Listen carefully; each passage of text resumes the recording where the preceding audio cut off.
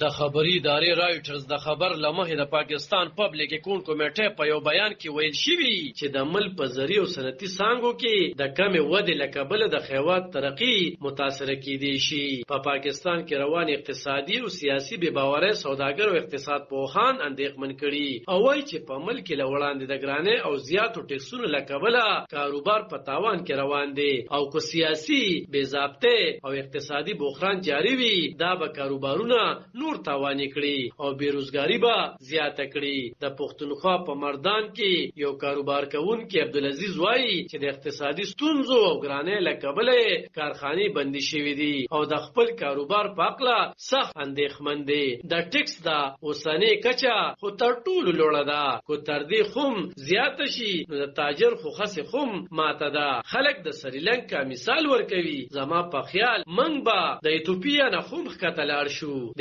اقتصادي بدخاله او د پورونو او د ادایګیانو په توله کې د ګډوډۍ سره مخ پاکستان د نړیوالې مالیاتي ادارې IMF سره د ځنډ ښکار د کال 2019 د 4.5 ارب ډالرو د قرض پروګرام د بیا بخاله خسې خوم کوي. د پاکستان مرکزی بانک تیر جمعه ویلي وو چې په روان مالی کال 2022 کې به د خیوات د خالص کورنی پیداوار د ودې کچه خوم د تیر کال په مقابله کې کموي. د اقتصادي چارو ماهرین وایي چې دا وخت د پاکستان اقتصادي سقوط ترمنځ د پیسو نړیواله اداره IMF ولاړه ده. د اقتصادي چارو څېړنکار ډاکټر ساجد امین خبرو کې وایي چې د دې بد اثر به په عامو خلکو کېږي. ویل کېږي چې د اقتصاد د ودې کچه به خوم سخت کال کېدی شي منفي وي. مطلب دا چې د تیر کال په نسبت به د اقتصاد حجم کم وي. دغه شان زموږ وده کمیږي او باده کې اضافه کېږي او دې سره د خلکو د ژوند معیار هم